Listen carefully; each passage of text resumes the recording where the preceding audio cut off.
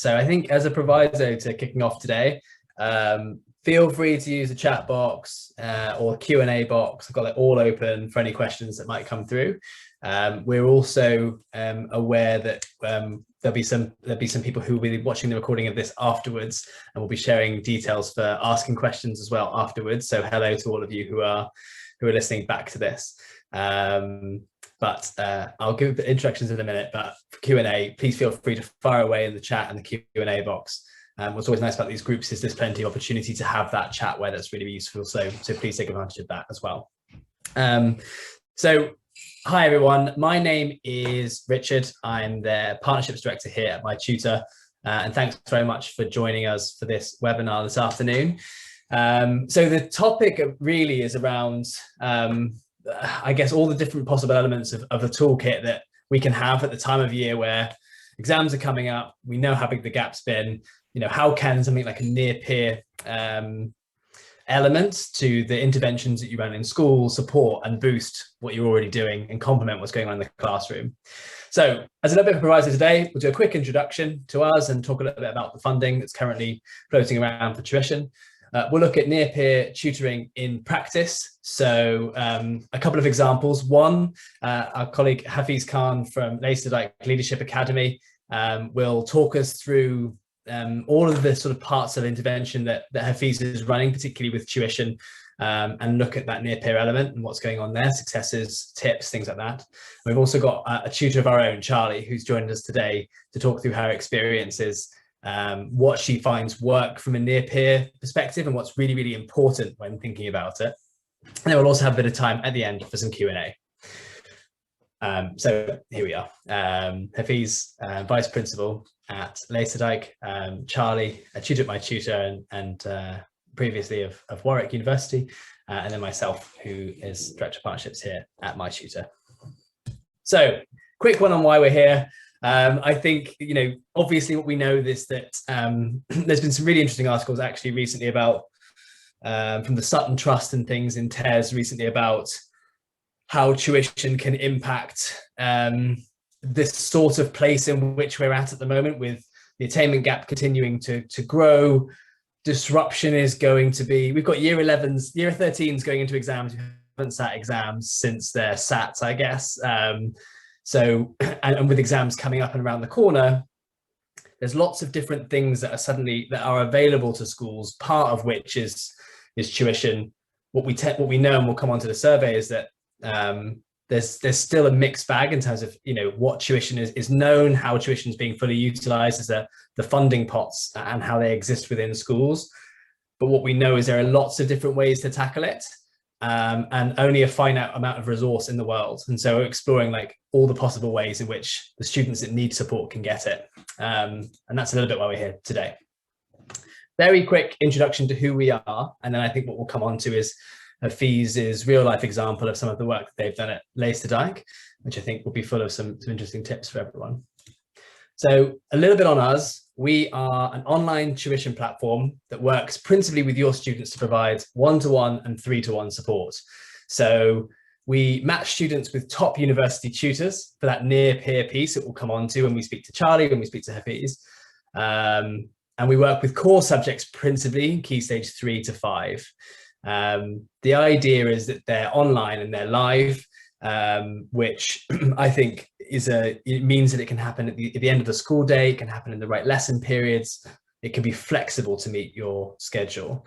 Now, always happy to share an impact report with you, but historically what we found is that students make about a grade's worth of progress, which I think echoes the EEF's toolkit around tuition. Always hard to totally extrapolate how, you know, one thing from another. I think Hafeez, we were talking the other day about how, you know, running 7 interventions at a time, but you can see where the trends exist, and I can talk through our methodology where that's useful, but probably separately to this. So on the Nearpeer part, we've really decided that Nearpeer trained tutors, on the provider that they're trained, that they go through the right interview process, that we do QA and make sure that they're up to scratch in those first few lessons with students, and that they continue to develop once they start working with students.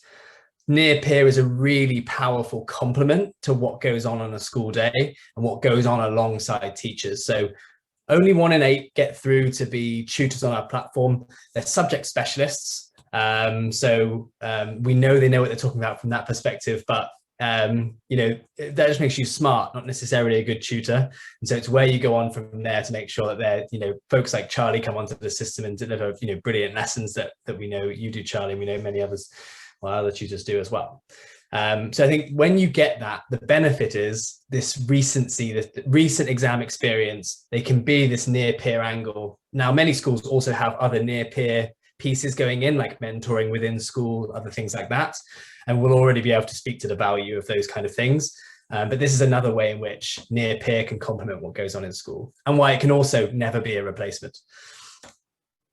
So what do the sessions look like? This is a little bit what they look like.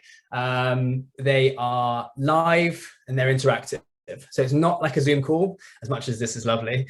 You can see and hear each other in the top right-hand corner. Then you've got this lesson space where you can work from, work to. Tutors will focus on things that come from your QLA data.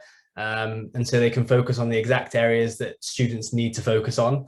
But the idea is this is an interactive space and this whole thing is recorded. Great for revision, obviously important for safeguarding as well.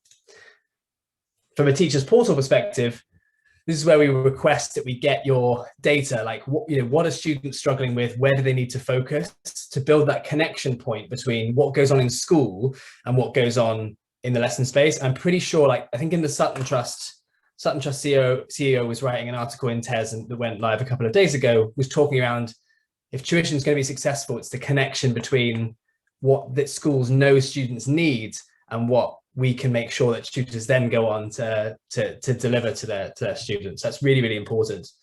But also here you can track attendance, get lesson reports, understand what's going on with students, what they're doing well, what they could be doing better, how they're going to continue to develop.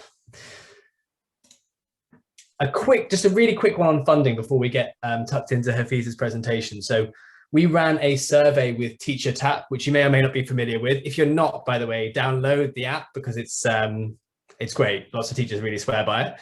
But essentially, Teacher Tap asked a question. You know, how well do you think schools are using the full funding allocation? In your school, are you using your full funding allocation for tutoring?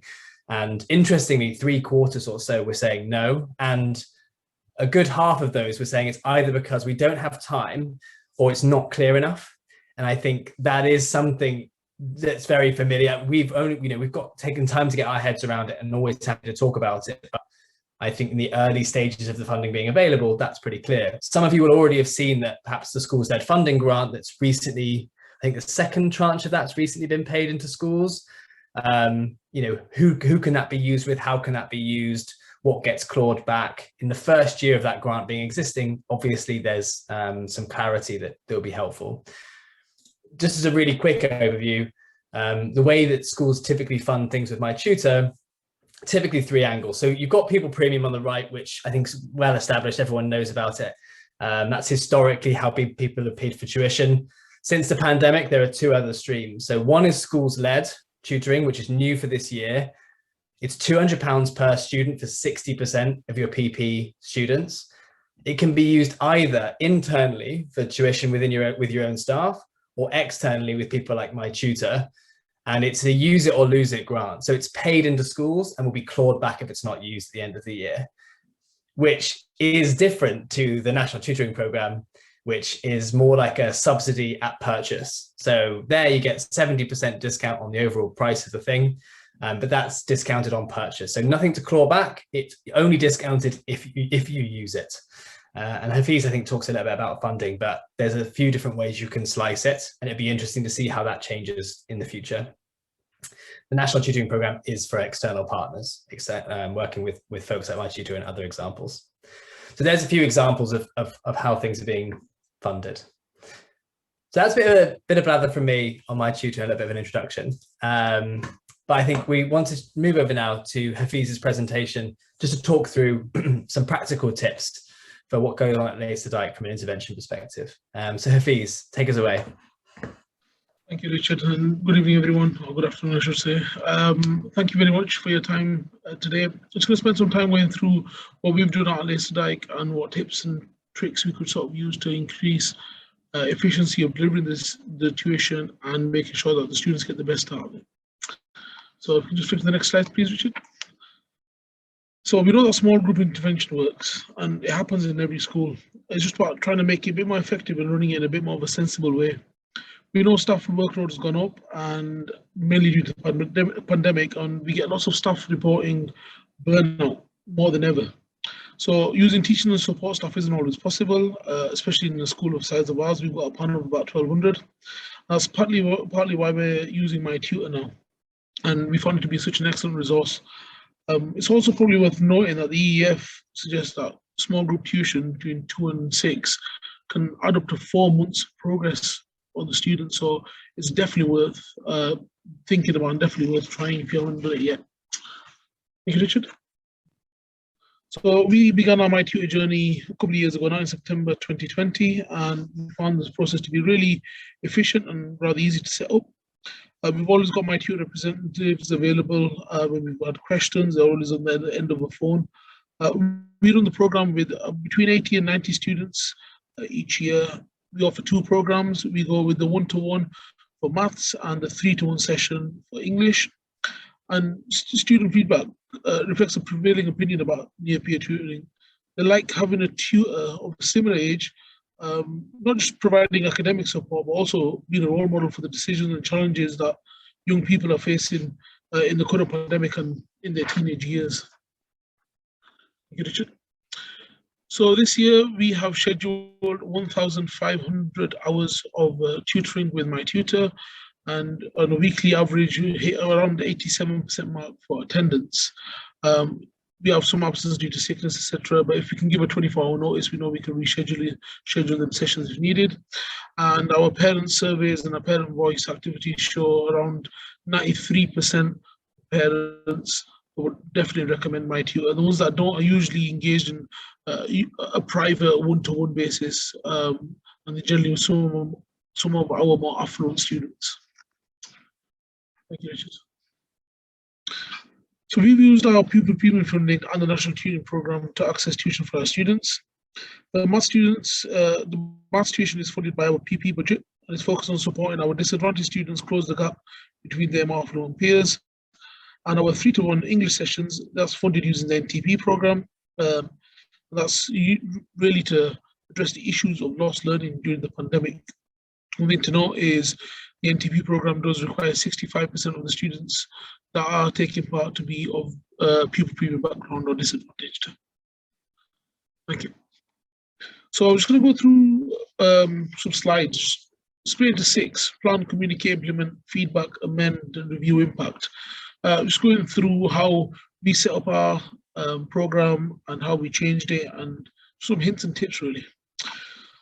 So planning is really, really important. The EEF, which I keep referring to, we know that's a strong body of research that all teachers refer to. They focus on the implementation phase, and they emphasize the importance of planning. Whenever you're launching any sort of new initiative, and you can't overplan. You need to consider every potential eventuality and try to plan for it. So we began by choosing our students first, and we targeted them based on our in-year QLA data from English and maths. And then we decided on groupings, and this is where we got the heads of year and the pastoral staff involved. And we looked at not just the learning gaps, but also the gender balance of the groups, the friendship groups, and the confidence levels amongst the groupings that we created. Basically, anything that we could do to increase the likelihood of success of the sessions. We decided to launch our sessions in school rather than remotely, and that's mainly to manage our ICT issues.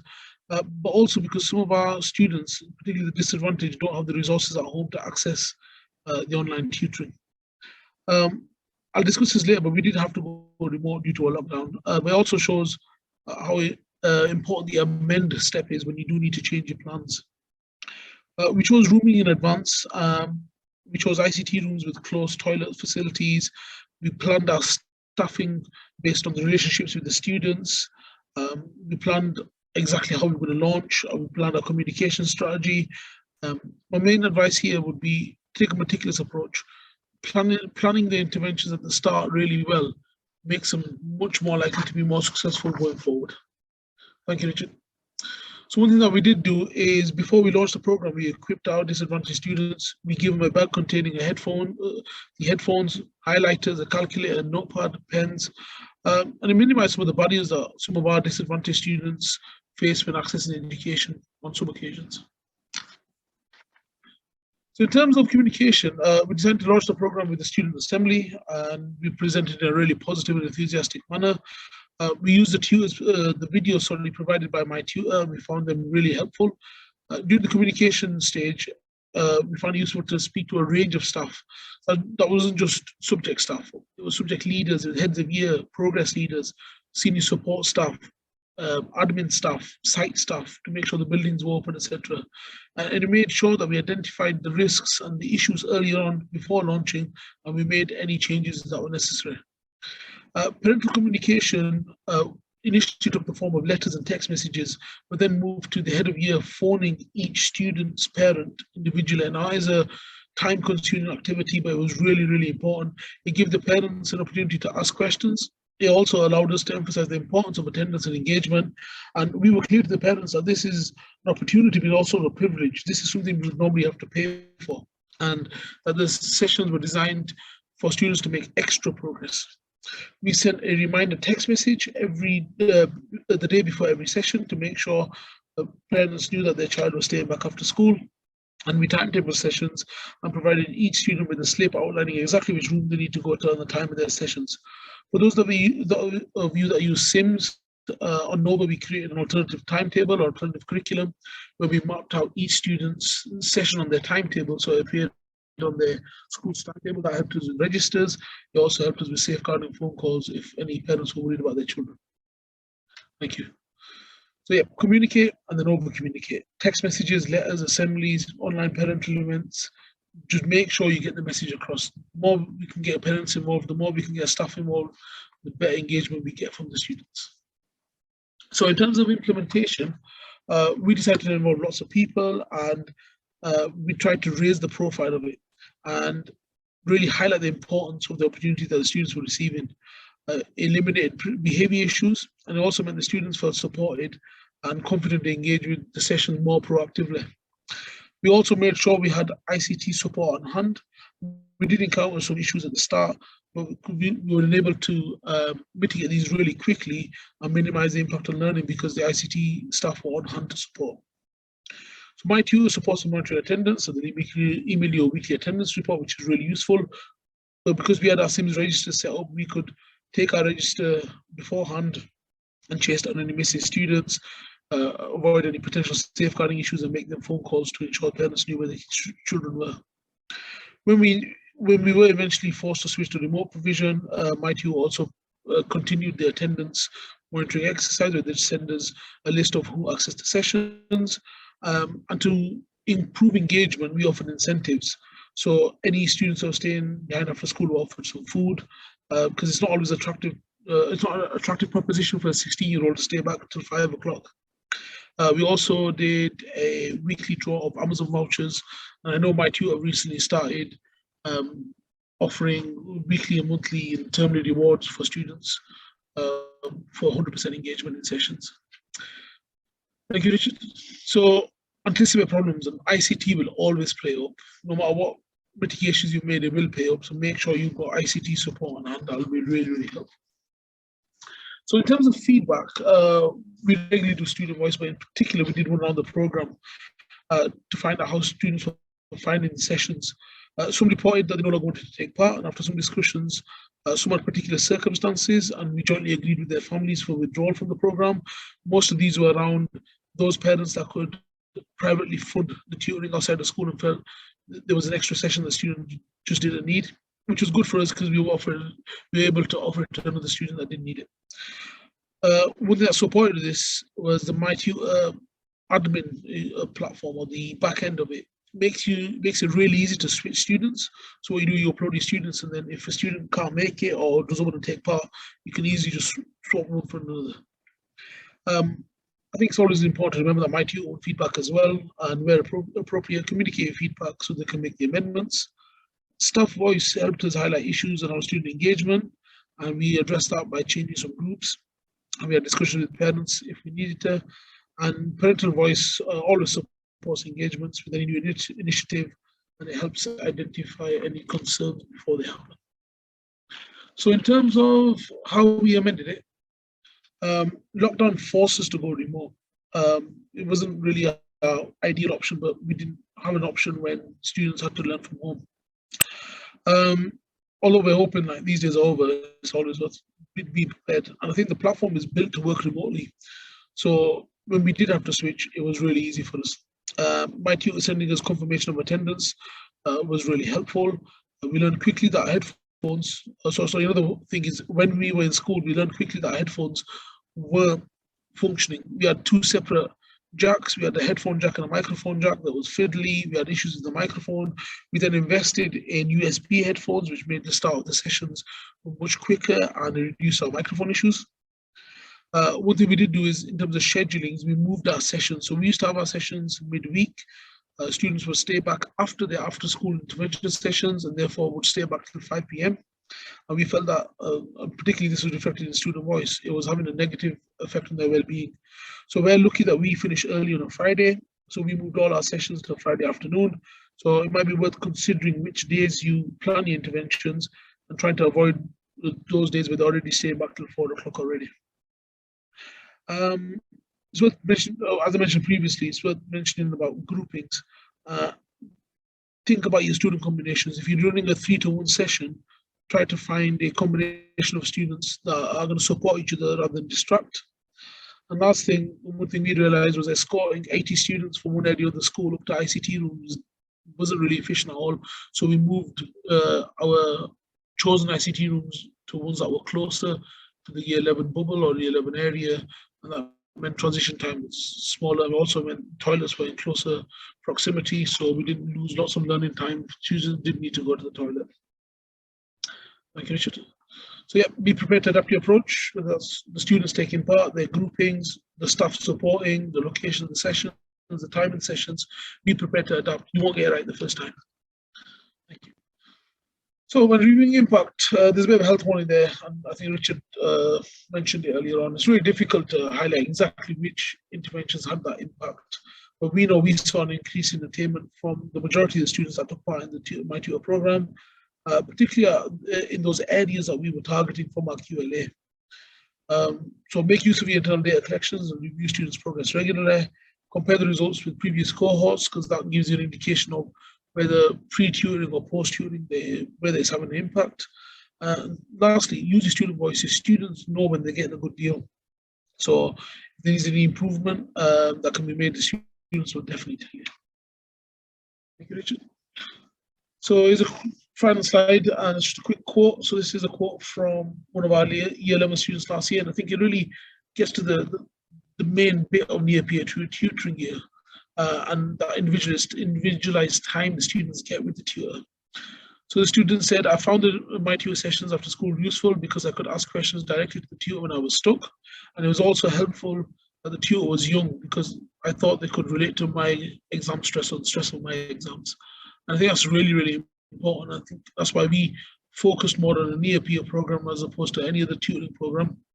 And because our students like that relatability, and they want to, they are going through exam stress, and having that Nearpeer really supported with that. Thank you very much for your time. If there's any questions, I'm sure we'll take them at the end. Thanks, Richard. Lovely. Thanks very much, Hafeez. I've got a couple here, but we'll come to those at the end after Charlie's presentation. And so it was nice to end on that part around the Nearpeer piece, because I think we've got someone here with us here, Charlie, who is a tutor with MyTutor, has worked with many students. Who knows, possibly someone at Laisterdyke. But Charlie, did you want to take us through your presentation? Just let me know when you want me to click. All right. Yeah, that would be great. Thank you, Richard. Yeah, so yeah, as Richard said, I am a tutor with MyTutor, and I'm just here to give you a brief kind of talk about what Nearpeer tutoring is like from as the tutor point of view, and what I've kind of noticed as the main benefits of this scheme. So yeah, if you'd like to click, thank you. Yeah, so this is just a bit about me. So I'm called Charlie, I'm 22, and last year I graduated with my master's in maths from Warwick University. And I applied to join MyTutor in my final year of university, and I was very excited to hear, as Richard said, that I had beaten the 1 in 8 chance of being accepted after my interview. So that was always nice to hear. But yeah, so why did I decide to join MyTutor in my 4th year of university when I already had a lot going on? Well, I had a friend who worked on the Nearpeer tutoring scheme with MyTutor already, and she actually thought that I would be perfect for the role. She recommended it. She knew that I loved my subject and that I also wanted to help other people learn to love it too. So yeah, and so I applied, and the fact that MyTutor was a part of this brilliant scheme already was just another thing that attracted me to go for this position. So in terms of how long I've been tutoring with MyTutor, I got accepted to join at the beginning of this school year. So that's September now. And I've already worked with, I'd say, about 15 school students in total and completed over 30 lessons just on the school side of MyTutor. So that's not including all of the private lessons as well. Yeah, so I've got quite a bit of experience with different students. I've taught SEN students, I've taught GCSE, A-level students. Yeah, and I'm looking forward to teaching a lot more school students, hopefully in future as well. Yeah, and that's just a bit of information about who I've taught as well. So the main part of my presentation today is just to go through some of what I believe to be the main benefits that the students get out of near-peer tutoring. So I'm sure there's many, many more, but I'll run through just the ones that I have noticed the most. So firstly, the thing that me as a tutor loves to see when I'm teaching is the growth and in confidence and self-esteem that the pupil undergoes whilst attending regular tutorial sessions. So I remember my first ever student I had on the Nearpeer tutoring scheme. I didn't even see her face for about the first 5 weeks because she didn't want to turn her camera on, she didn't want to speak in the mic, which was completely fine. We did all of our sessions. I would kind of support her teaching and she would reply everything through the chat box. We made it work. But then it was really, really nice. After about halfway through the term, she started kind of putting her face in the camera, speaking to me a bit more. And then on our last session, she said she sent me a really nice paragraph about how much she was going to miss our lessons together. So that's really nice, from not only from the student's point of view, but as a tutor, it's really quite fulfilling to see that you've had that effect on someone. So the second benefit is to my near-peer tutoring is the improvement in grades that it helps obtain. So although I don't fully assess my students myself, it's really nice when they come to me and they've just done an exam or a test in class or a mock, and they say, oh, I just got my first B or I just got my first A. And yeah, so I definitely think the near-peer tutoring scheme also helps to improve the students' grades as well. Next, I'd like to draw attention to the fact that near-peer tutoring gives the student a safe place to be able to ask questions without the pressure of the rest of a class on them. So whether this is a one-to-one session or 3-to-1, it might sound strange, but it's easy to forget what it's like to be 15 or 18 and not wanting to put your hand up in class, and a one-to-one or 3-to-1 group environment. And as Hafeez said as well, the way that the groups are put together by the teachers, usually they might be friends or close with each other. So it's just giving them that safe space that they don't feel scared to ask questions in front of me or the other people in the lesson. So the next benefit kind of goes hand in hand with this again, the one-to-one attention or 3-to-1 attention that the student gets in this tutorial environment. I think it's really beneficial for building confidence and also focusing on an individual's child's learning needs. Sometimes, as you guys probably know more than me, it can be quite hard to spread out how you teach for 30 different children and 30 different learning abilities and needs. So near-peer tutoring, this is really beneficial that you can just concentrate all of your energy on 1 or 3 students. So in addition to this as well, as it was mentioned earlier, the fact that most of the tutors on the MyTutor team anyway, I know tend to be students themselves or recently graduated just like me. So I think it's really good for students to have that someone closer in age helping them out, just because they can relate a bit more to exam stress, and they can build a level of trust over this. I know that studying maths for 4 years, I did not understand everything that was going on, and I know that when I tell my students this, they really appreciate my honesty, and I've had them say that it does make them feel less alone when they're struggling with something, to know that even their tutor or their teacher feels the same. And finally, these next two last ones are just little things I've noticed from speaking to my students whilst teaching them. So I believe that Nearpeer tutoring not only helps to improve the students' study habits, but also their attitude towards learning. So as you can see, all of the points on the screen so far kind of culminate in an overall more enjoyable learning experience for the student. And I believe this naturally leads to a better attitude towards studying in general. So yeah, thank you, Richard. So I think the next slide, oh yeah, there's some little pictures to go with it. So my last slide is just kind of to finish off. I'd like to go through a few things that I have learned while being part of this scheme, as I believe that not only Nearpeer tutoring isn't only beneficial for my current students, but as I teach more people and as all of the teachers get more experience, every lesson, every new student will get those benefits from our experience. So yeah, this is just kind of what I've learned. So the first one might be a bit obvious, but always be encouraging. I like to use the motto that no question is a silly one. I'm of the belief that if I can get a student asking questions in one of my sessions, then I've done something right that day, because they're paying attention, they're getting interested in a subject, and they're not scared to voice their opinion. So next is, again, that, I mean, you all probably know this more than me, but it was kind of interesting for me to see that every student has their own learning style. Again, that's kind of another benefit to having these small groups and one-on-one teaching, because you can adapt and tailor each of your lessons to that individual style instead of a class of 30. The third one, again, is a bit of an obvious one, but I've learned to make my lessons as engaging as possible for the student. The more they enjoy our lessons together, the more I've noticed an improvement in their work, and they just look like they want to be there more, rather than someone trying to force them to do maths, which never feels good from my point of view anyway. Yeah, so again, another one that I've learned the hard way: be prepared to stray from your lesson plan. I think Hafeez also mentioned something similar about when trying to organize the Nearpeer tutoring scheme. Sometimes you just have to stray from your original plan to try and make things work. And I've learned that that is also completely okay. Not every student will pick something up as fast, or they might pick it up quicker, and you might have to think, oh, I need more resources for this lesson than I thought I would, but that's fine. Following this is just a rule that I've recently come up with for myself, and I'm still working on it every lesson, but that is to try not to use words like obvious and clearly and obviously.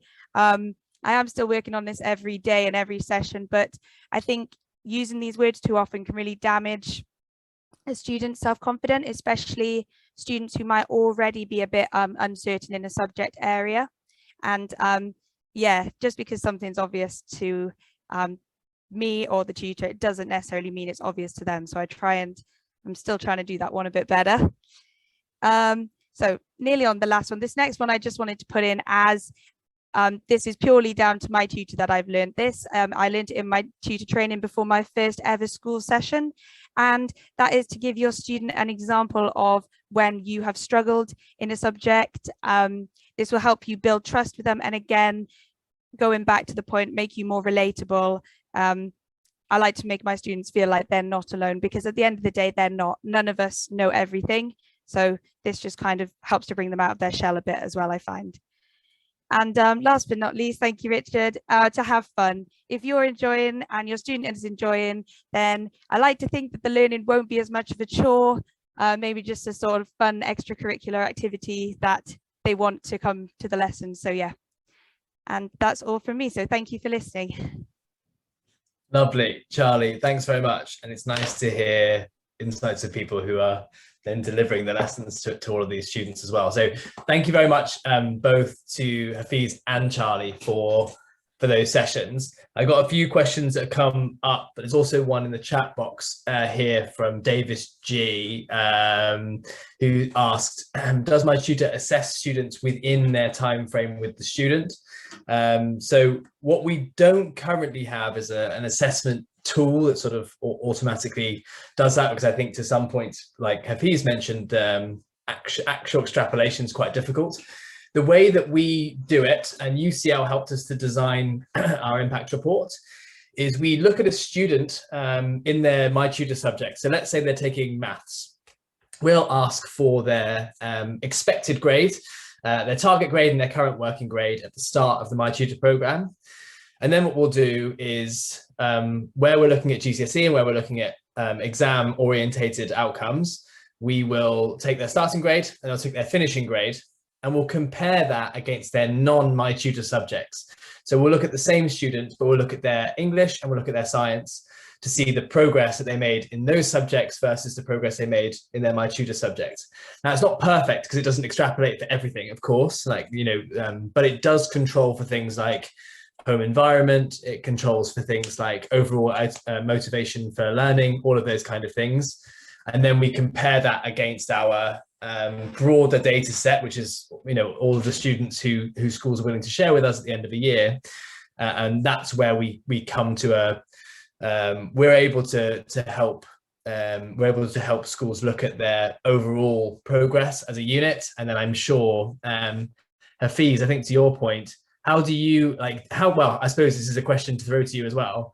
Do you have any other ways that you try to, you mentioned things like student voice and things as well. How do you try to extrapolate the benefit of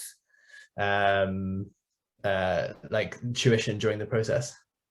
Yes, some of the feedback is qualitative. So it's looking at student comments, parental comments and staff comments. We do our own analysis at the end of the year. We have approximately 40% of our cohort that take part in MyTutor. Not everyone does maths, not everyone does English, but some actually do both. So we'll do the same sort of thing you mentioned. We'll look at the progress they made in the 10-15 week period they worked. So we might do it from assessment point to assessment point. Like I said, it is difficult to always isolate that impact, but we know there's a general trend of them students making more progress than those that didn't take part in the program. And therefore, we extrapolate from that the impact is coming from MyTutor. And that's the reason why we made another significant financial investment with MyTutor, because we saw some improved outcomes last year. Perfect. And no worries, Davis G. And just in case you're also referring to making like testing the students during the process, we currently haven't got our own tests built into the process, but what we do try to do to make sure that we're targeting the right area is really good QLA information up front from teachers, as there's lots of information to provide, but whatever you have is really beneficial to help us target it. And then we can always retarget after, say, for example, February mocks or something, when there's a new area of focus. So at the moment, we still believe that usually like teachers' judgment is a better overall judgment than the sort of things that we could build. So we tend to veer more towards your information than our own, just in case that was the angle that you were thinking of there. So Hafeez, a couple of questions for you. Oh, brilliant. And that makes loads of sense. Thank you, Davis G. So a couple of questions for you, Hafeez. So these are around engagement, actually. And so just wanted to know, like, whether you, staff, parents and students really, but let's start with staff. You know, how many of your staff are aware of MyTutor and sort of bought in, and how was that as a journey? Have you found that sort of straightforward? Have you found that something that's difficult to do? So I think sort of helped by the pandemic in that sense, because we've got a year 11 team, which is the head of year, the progress lead, we've got pastoral people working with year 11. So it mainly involved initially the year 11 team, and they're always bought in to the progress of the students. They know the students, they know the family, so that always helps. We got the directors of English and Maths, or subject leaders, involved earlier on. They were involved in the selection process. They were involved in providing the QLAs and providing the topics or the target areas for the staff. So we've always had really good staff buy-in. Also, moving into a Friday session where the staff would normally be conducting the activities, maybe some CPD, and this redirects their focus onto year 11 progress. So we have a head of year, we have some high-level teaching assistants who support, we have some behavior workers who support. So we've got lots of staff buy-in. When we ran it after school, it was just staff goodwill. We didn't pay staff additional extras to stay back. We do stuff with the leadership colleagues who stay back till late anyway. We only needed one member of staff per room. So we normally have 3 rooms running, 30 students per room. Myself, the head of year, and usually one of the members of staff.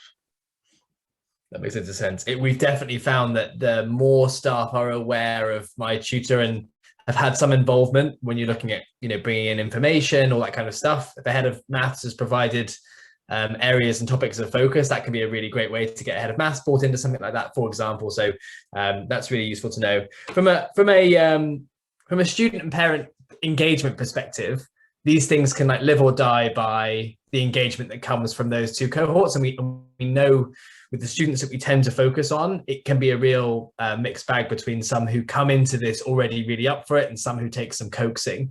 What would you say you've got any particularly successful measures that have worked on students or parents that you replicate? So in terms of parents, I think the individual phone calls at the start were really useful. It's really time consuming. It took maybe a number of hours for my head of year after school to make them phone calls, but he really sold the intervention to them.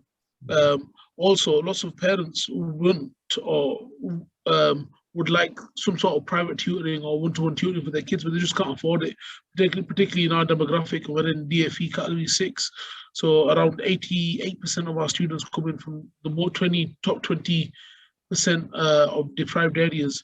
So lots of our parents are generally engaged but can't afford the tutoring, so it was sold as a privilege to them. So we had lots of parental buy-in. Student buy-in was mixed initially. We offered food, so we offered pizza for those that stayed behind. That was always a positive incentive, so lots of them would stay behind for the food and then take part in the sessions. Then we really sold to them about the impact made. I think we put lots of interventions in place, and it's about selling it to the students, and the onus is on them to get the grades, and we'll put everything we can. So buying them little bags with the calculators and the notepads in, that was useful, that made them attend.